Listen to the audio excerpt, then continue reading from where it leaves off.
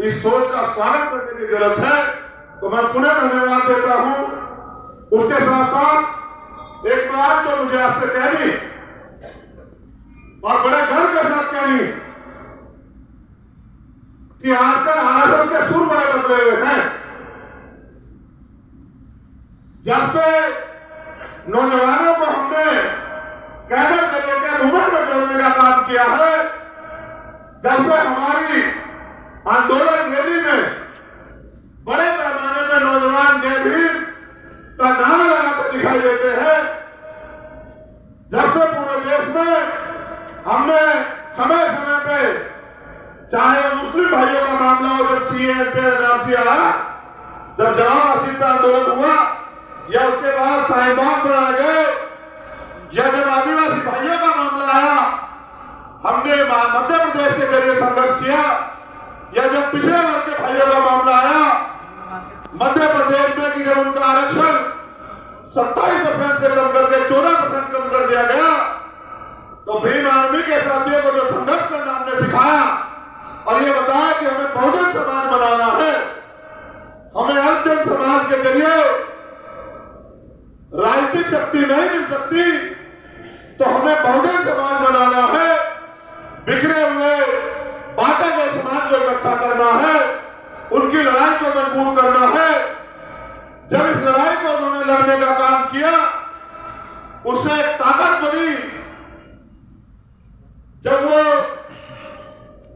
फूले साहू, पेरियार, अंबेडकर और बिरसा के मूवमेंट पे काम करने लगे, तो मैं देखता हूं कि नागपुर वालों को थोड़ा सा कुछ तकलीफ हुई है। आजकल वो लोग जो जाति व्यवस्था के पोषक हैं, जो वर्ण व्यवस्था के समर्थक हैं, जो मनुस्मृति के पालन करता है, जो चाहते हैं कि मनुस्मृति दोबारा लागू हो जाए, उनके बड़े बड़े नेता भी ये बात कर रहे हैं कि जाति और वर्ण व्यवस्था खत्म होनी चाहिए। मैं समझता हूं कि अगर साहब ये कहे कि डसना बंद कर देना चाहिए, अब मैं दूध से काम चला लूंगा, तो हमारे लोगों को सावधान हो जाना चाहिए कि सांप कभी दूध नहीं पीता, वो हमेशा डरता ही है। आज जो ये बात कह रहे हैं, हमें समझना है कि वो इस बात को समझ रहे हैं कि आज बहुजन समाज एकजुट होने का काम कर रहा है। हमें समझना चाहिए कि आज दुश्मन के चेहरे पर डर दिखाई दे रहा, उसकी बातों में और उसके चरित्र में आज अलग अलग तरह के जो है व्यवहार दिखाई दे रहे हैं। उसकी कथनी और करनी आज अलग दिशा में दिखाई दे रही है। हमें इस बात को सोचना चाहिए।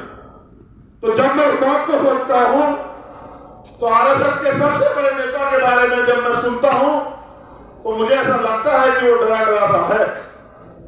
अगर वो डरा डरा सा है, तो इससे खुश होने की नहीं, इस पर नजर रखने की जरूरत है कि फिर से वो ऐसी बातें करके, चिकनी चुपड़ी बातें करके हमारे वोटों को छीनना चाहता है और हमें धर्म की लड़ाई में डालना चाहता। तो हमें सावधान हो जाना चाहिए और इस बात पे गौर करना चाहिए जो तथागत बुद्ध ने भी कहा कि अपो दीपक भव, अपना दीपक सोम बनो। जो लोग आज भी आपके हाथ का छुआ पानी नहीं पीते, जो मटकी छूने में आपकी हत्या कर देते हैं, वो लोग आपको राजसत्ता राजगद्दी पर नहीं बिठाएंगे। वो लोग, क्योंकि वोट की ताकत आपके पास है, इस वोट के कारण आपकी बात कर रहे हैं, वो आपकी वोट को लूटना चाहते हैं। हमें लुटेरों से सावधान रहना है। जो लोग 22 प्रतिज्ञाओं का स्मरण करने पे इस्तीफे की मांग करते हैं, मुकदमे की मांग करते हैं, आपको लगता है वो बाबा साहब अम्बेडकर के अनुयायी हो सकते हैं? जो लोग जिंदा रहते बाबा साहब की सब यात्रा निकालते हैं, जो लोग अपने मुख्यालय पे तिरंगा नहीं लहराने देते, आज वो बाबा साहब की बात कर रहे हैं, उनकी फोटो लगा रहे हैं। हमारे लोगों को सावधान हो जाना चाहिए कि उन्होंने किसी और तरीके से इस बार हमें बेवकूफ बनाने का इंतजाम किया है। हमें उनकी बेवकूफी में नहीं आना। उसके साथ साथ अब समय आ गया है